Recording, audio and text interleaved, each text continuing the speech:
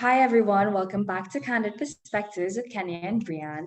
And in light of us being home due to the pandemic and going to school online, a lot of people have been saying that they feel demotivated. So we brought in a motivation expert who is also a life and peak performance coach, Mr. Trevor James from QP Success, to tell us more about motivation. So, my first question to you: how would you say is the best way to set a goal, and what are the tips to achieve a goal? Okay, thank you once again. Thank you for having me on. Um, that's an interesting one. And I just want to touch very quickly on something that you said about motivation. And I know that some parents and even your colleagues, both at the CXC level, because I work with students from the primary school all the way up to tertiary level education, including business people. So when we speak about a goal, there's something that we need to understand. We are speaking about something that we would like to achieve, something we would like to acquire. And too many times we think it's so far away. So for those of you who are listening, and including my presenters this afternoon, you can write down this because I don't want you all to miss what I'm about to say. The goal first and the way next. Too many people worry about the way next. How am I going to achieve this? So they never begin to set that particular goal. So when we talk about setting a goal, there's some criteria for setting a goal. And this is not what Trevor James is saying. This is a universal principle by all of us who are in the personal growth and development industry. We said that the goal need to be SMART, S-M-A-R-T. And that acronym, it's an acronym that we use, and not just the word. The S stands for specific, the M is for measurable, the A is for achievable, the R is for realistic, and the T is for timed with a date set to it. So let's take the S. The goal need to be specific. So if you were to come to me and tell me as a student, when I ask you, what is your goal for your CXC or whatever? Well, I want to do good. Right. I will tell you that you have already achieved the goal because there isn't anything as good. So setting the goal also involves understanding how the mind works. So when we say specific, the mind cannot tell the difference, especially the subconscious part of the mind, between imagination or reality. So you have to be specific about what it is that you want, because failure thinking produce failure results, just the way success thinking produce success results. So you must be specific. So I am here this afternoon because you guys were specific about what it is that you wanted to do when you start up your podcast. There's certain people that you want to interview. So a topic came up and you said, okay, let's touch base with Mr. Trevor James, who we know in this particular area. So we pick up a time. We say, okay, let's start at 6 o'clock. We're specific. So that is what specific is all about. We don't want to do good in the maths. We want to score 80, 90, or 100%. That is what specific is all about. I don't just want to go on a vacation someplace. I need to buy a particular ticket, save money to go to a particular destination. So if you're at point A now with your studies and you're trying to get to point B, then you need to set a specific goal between point A and B of what it is you want to do, be, and become. That is the catch and the secret to setting the goal. The first thing is that the goal must be specific. If it's not specific, then the mind really doesn't know what it is that you want to do, be, or become. It's just that simple. So we don't just want to go to university. We want to go to a particular university. We don't just want to go there either. We want to get a degree in a particular subject area. That is what specific is all about. So the goal first, the way next. So we're talking about the goal. So I hope that gave you some help. So just to back up the acronym, we say when you're thinking about setting a goal, you need to look at the acronym SMART, S-M-A-R-T. Once again, the S is for specific, the M is for measurable, the A is for achievable, the R is realistic, and T, time bound, and it must have a date. Very simple. So I hope that was a mouthful for you. Very much helpful. Okay, that answers more than answers our question. Um, our second question would be how to stay motivated if your plan doesn't play out the way that you expect or the way that you wanted it to. Motivated. There's a misconception about the word motivation. Parents will say to me when they bring their kids, they're not motivated, or the manager say the employees are not motivated, the teachers say the students are not motivated. All human beings are motivated. As a matter of fact, we are highly motivated. Right. The issue is we are motivated to do what we want to do when we want to do it. That is the catch. So when they say, well, the child is not motivated, let me tell you, a child today who's on a video game and who is not on their books, they're totally motivated. They know what time they're going to get up, when they're going to get their friends in whatever country. They're on YouTube and their thumbs are moving. They hooked up and they'll make sure the little pennies are spent to get the right game. And they would learn all the different little moves because they are motivated. Yeah. What am I motivated to do? So when we're speaking about staying motivated about the subject matter, every time you become a little bit distracted, I want all of you who are listening here to understand, especially you students, distraction is one of the issues to self-motivation. Now, I just use a word in front of motivation called self-motivation. I want you to be self-motivated. I want you to be internally motivated, not externally motivated. Motivation, if you look at the word M-O-T, it's about motive to act. You've got to have a motive to act. And that is what motivation is all about. So what do we do with that motivation? For starters, we go back to the goal that we just set. A goal setter must be a motivator, a self-motivator, because the goal is for oneself. So I've set this goal about what it is I would like to do, be, and become. And now I need to be motivated in order to get that. So let me share something with motivation. Last week, I sent out a message, and sometimes 4 or 5 times, or every day for the week, I send out a little message to people. And it was, I asked the following question. How does a plane get from Trinidad to Miami? How does it get there? And I got all kinds of responses with the pilot or the this or the that. And only about 2 people, or about 50 people got it correct. And the thing that gets it from Trinidad to Miami is fuel. Give a pilot a plane with not enough fuel to get to Miami, he ain't getting there. Regardless of how good his coordinates is, he's not getting Miami because he have enough plane probably just to fly somewhere 40 minutes or short of Miami. So he got to touch down or crash down. Now, why am I telling you about fuel? Motivation to you and I as human beings, that is it. Our fuel is the motivation. So the destination is clear. I'm going to Miami. The destination is clear. I'm going to get a degree. Not only am I going to get a degree, I'm going to get first class honors. Not only am I going to go there, I'm going to get a scholarship to go there. I'm going to get not only 7 more subjects, but I'm going to get ones with distinctions, and I'm going to go on to my A levels or my CAPE studies, and this is what I'm going to do. So there's a process. That is point from A to point B. The motivation, the fuel between point A to B, that is what the motivation is all about. So when you say that it does not play out, you'd have to give me a little clearer picture there. When you say, what if it does not play out the way that you want it to be? It is always going to play out the way that you want it, unconsciously. That is what awareness is all about. A lot of times we don't know that we are thinking a particular way. Remember in the book of Proverbs in the Bible, it says, as a man thinketh in his heart, which is the mind, the Greek was talking about the mind, so is he. So what is the thinking process between point A to B? That place we call the process. That is what we need to do.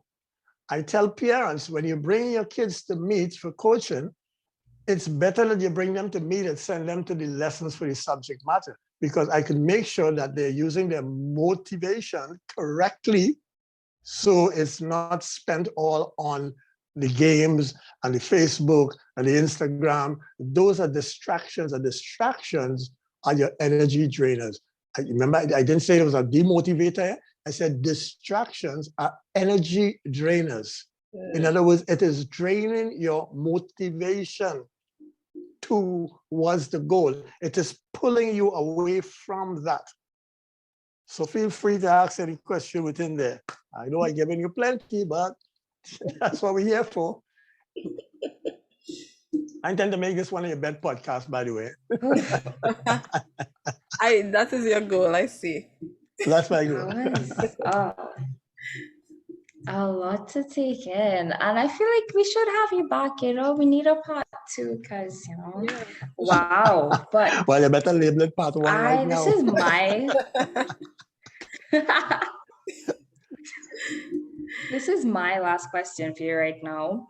How would you say is the best way to block out negativity from those around you, like those being your family, friends, peers, people in the workplace? You tell you're not going to do it. Why are you trying to do that? Why are you trying to go study in a different country? Just stay here, or just stop school, go work now. What would you say to someone who's having issues with that? I heard the most interesting thing from a student at your Cape school at Baptiste, a student who's there now. A couple of weeks ago, I did a session for them. Right. And this young lady sent me, Mr. James, I need to talk to you. I have an issue. I would like to get some of the coaching. And it saddened my heart listening to this young lady. When I asked her the following question, she told me she wanted to get into medicine, but she don't think she had the confidence and so forth. And I said, why does you want to get into medicine? And what is causing you to feel that way? She said when she was between 9 and 10 years old in primary school, she was waiting on her dad to pick her up from school. And one of the teachers, and an OJT female teacher, asked her, what would you like to do when you grow up? And she said, I replied very enthusiastic. I would like to be a doctor. And she said, who tell me to say that to those two people? They just demoralized her. You ain't gonna be no doctor. And I asked her, I said, did you inform your parents about that? And she said, yes, I told my mom, and she wanted to go and talk to the teacher, and I tell her, no, don't do that. So there's this person at 18 going on 19, still reliving that particular experience. Yeah. This person got, let's say, 1s or A's in 6-1 and is now going through 6-2. So I said, look, it's going to cost X amount of money to come to see me. She said, well, okay, my dad don't get paid till whenever it was. Yeah. And the good Lord said to me that night, why don't you just be the sponsor for this person? Forget the money. Whatever signed you to do, Trevor, is not about the money.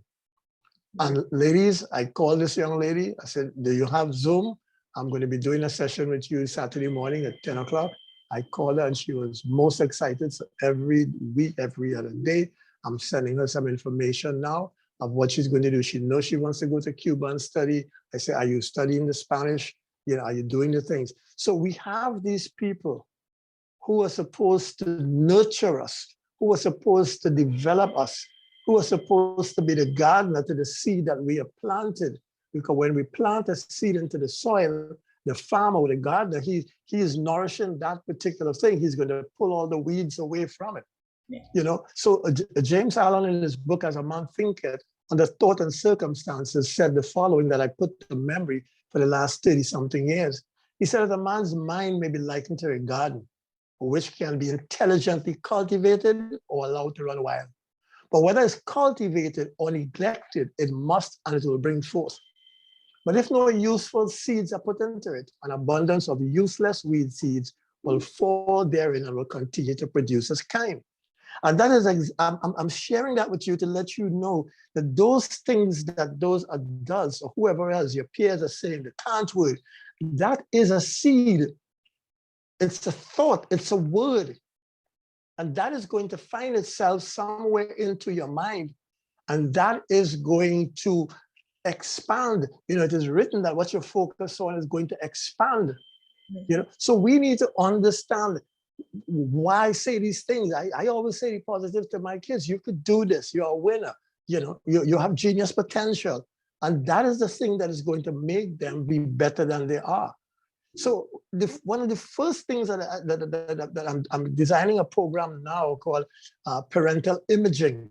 And it's to get parents to understand that they have a picture of their child. When there are 2 or 3 siblings in a family, I said, do not compare them. You know, we go to the market and we squeeze the apples and we squeeze the oranges, and we squeeze the avocados because we're trying to figure out which one we like. But somebody else still have to come and pick the one up behind. Why is that we're saying those negative things to those that we are responsible for? Why is that we're using the word can't? Well, yeah, ladies, this is what's the issue. The issue is about the self-image. If my self-image is not strong enough, then I cannot block out what those people are going to see. And that is what happened to that young girl. The self-image. What is the self-image and what is the role the self-image plays when it comes to goal? It is written that the self-image, or the definition really psychologically, the self-image defines and limits one's possibilities. So no matter how I write down this goal that I just said, be specific, but if my self-image is a dark one, if it's a one of failure and doom because my parents tell me that I'm not going to amount to anything, you know, you hear things that you're going to be a failure like your father, all these setbacks that we are putting out there, it is totally damaging. And you all need to pay attention to that. Those of you who would get an opportunity to look at this podcast, I want you to look at yourself and look at your possibilities, because your possibilities are endless if your self-image is intact.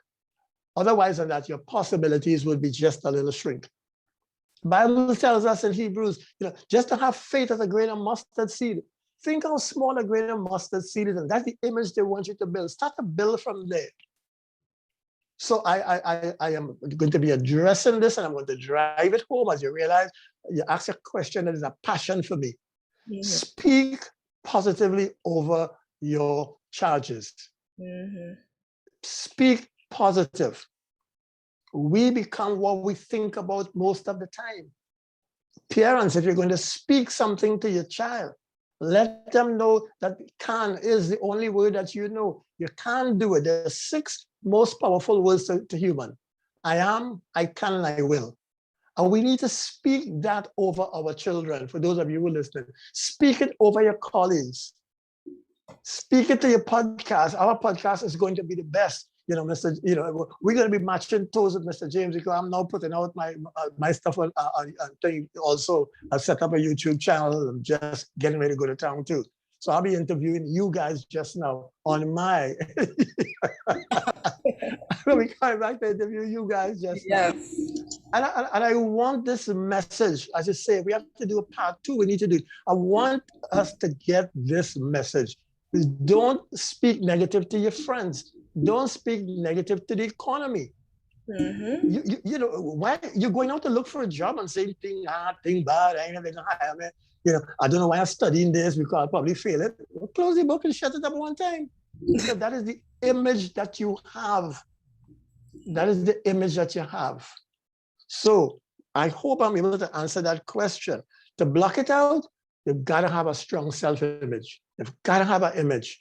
We were created in the image and the likeness of the Father. So therefore, we have to have that strong image. I hope I help. Wow. Yes. No, more than help. Very. Excuse my passion. No, it's the right kind of passion for this type of topic. Absolutely. One final question. And this is related to a viewer. One of our viewers were interested in hearing what you have to say about, you know, getting parents on board, because, you know, sometimes children have some ideas of what they want to do for themselves, but then their parents have another idea. Kind of close to what we were discussing just now.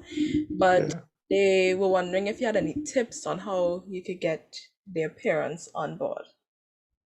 with what? Fantastic question. I hope that the little bit that I would share here would help that person. Mhm. Write it down. Write down what it is that you want. As I say, the goal first and the way next. Don't take it to mommy and daddy too quickly. You begin to internalize it. Let it become yours. You have to own it. Look, the reason that they design frames is because they're pictures to put in them, and they call them picture frames. They sell them as a frame for a picture. You need to begin to frame that before you hang it up. Hanging it up simply means before I go tell mommy or daddy, this is what I would like to do, be, and become, I have got to put that stuff in my mind so bad. There was a little boy who made a statement at 6 or 7 years of age that I am going to be an artist. And that was very terrible that he said, because his father was an English professor at the university. There was this one child that they had, and he was walking around the sidewalk and saw this artist sketching. And that thing triggered his mind. He said, I want to be an artist. And every time family and friends would come over and they said, so Johnny, what are you going to be when you grow up? He said, I'm going to be an artist. I'm going to be an artist. And he just kept affirming, declaring and decreeing that is what he's going to be. Sooner or later, the parents realized not only he wanted to be an artist, but he was sketching little things. So father, in his wisdom, bought an easel, bought a pad, get all the tools that he needed. One day he said to his son, after he sketched something, he said, if you truly want to be an artist, what you need to do with those sketches is to make sure you put your signature, sign your name at the bottom. He said, every artist normally put their autograph down at the bottom of the picture. What is it that you are taking to your parents that you want to do, be, and become? What is it? It's not about the money. It's not about whether it's abroad or whether it's here. It's not about that. You have to first get that thing so deep within you that when you open your mouth and you speak it into the atmosphere in their presence, that they will be consumed by it and they will begin to see how they're going to do that. This is very important. That's a very powerful question that you asked there, because every single one of my kids went to University of the United States, because from the time I realized I went and I know what that was about, I tell them that's what they're going to do. Since they were little toddlers growing up, I impress, and they didn't get to tell me, I get to tell them, and they own it. We learned to eat American foods that the dad didn't learn to eat back then, because I didn't know anything about waffles and pancakes and all this different thing. I didn't know anything about iced tea. The only tea I know about was hot tea. Right. And I conditioned that process. When I sit with my sons and we look at American football on TV, they went to the United States University way more equipped than the American friends that they met there. They knew more about the football and stuff than people who own it. Because that is what they said, train a child the way he's supposed to grow up. So I train them. That is where you're going. I framed the picture. I didn't think about the money. I tell them they were going to get the scholarships, and they got the scholarships to go. What is the picture? So this is important that we get appearance. So let me close that with a case study. I was doing some training for at a log jack for youths. And on the break, a girl came up to myself and my colleague and asked the following question with tears in her eyes. She was going to the hotel school down Chagarama, but she wanted to be a chef. And she said, I told my mom I want to be a chef. And my mother said, that's a waste of time. Total waste of time. I don't know why I said the following, but it just came out of my mouth. I said, you need to tell your mother cooking callaloo and stewed chicken on a Sunday and macaroni pie is not a chef. I said, that's what you need to tell your mother. I said, that is being in the kitchen. I said, the word chef don't operate that way. I said, they do some stuff entirely different. I said, maybe you need to take your mom up to the Hilton and figure out how much it's going to cost for that same callaloo and that burger up at the Hilton. It's showing going to be the price for it by what you pay for my McDonald's at home.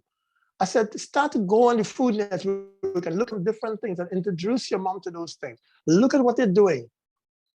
Because look, my mom is still alive at 105. And when I was talking about things that I was talking about back then, at my age today at 72, they didn't have a clue. I went to university with the internet, building the computer was as big as your house. Now we're talking to it on this little thing. So it's a whole different ball game. So we need to have some sessions for parents because technology is the new education and is driving things in a whole different way. I have to now start new companies, do new product and services because the technology, the pandemic has forced me to do that. The pandemic has forced me to do what I'm doing here with y'all. A couple of years ago when I came up to your school, I did a whole session in the physical. Now, a couple of weeks ago, we did it via Microsoft Teams and Zoom. I never thought I'd be doing that. So you have to, we have to get with the system. We have to get change. Right? I want to give you all something very important. You know, we think that we are going to school and we have so much to read. I don't want you all to confuse academia with true learning. You all are studying to take a test. That's what I did. I studied to take a test in university or in secondary school. And that is not learning. That is regurgitating. You learn it, you take your test, you get a mark, you feel good, next level. To earn more, you need to learn more. That is the message. If you want to earn more in life, you need to learn more. Learning simply means I am out there buying books. At age 72, I am on YouTube. I am constantly digging up stuff. I just got a new psycho-cybernetic book today. I have the old one. I got the new edition today. Came in my skybox today. Because why? They updated the book based on technology and new things that are happening. So parents, upgrade yourself because you cannot tell your child, go and get a good job. Good job don't get anymore. Good jobs are not coming anymore. Good jobs are, we don't even know what a good job is. So begin to listen to your child. For those of you who are out there, if I could be of any service, you could touch base with the people here, or you can reach me at 752-5327, 752-5327. These are two students that I had who came to me for coaching before. Yes. You know, they can testify that's why they're joining Mr. James' brains this evening. And we will leave all of his information in the description box below, so that if anybody wants, they can contact him, because his guidance is so helpful, very much insightful. And with that said, we'd like to thank you so much for joining us in today's episode. Thank you. Thank you for having me. So much information, like a lot. And I mean, I think that our viewers will find this very much impactful, very much helpful, especially during this time of somewhat uncertainty. Definitely. Yeah, I think that this will be very helpful for them. So we'd like to thank you so very much for joining us, and we hope to have you again. Thank you for having me. Thank you so much for watching. If you'd like to suggest a topic, leave a message in the comment section. If you'd like to see more videos, click the subscribe button and turn on your post notifications.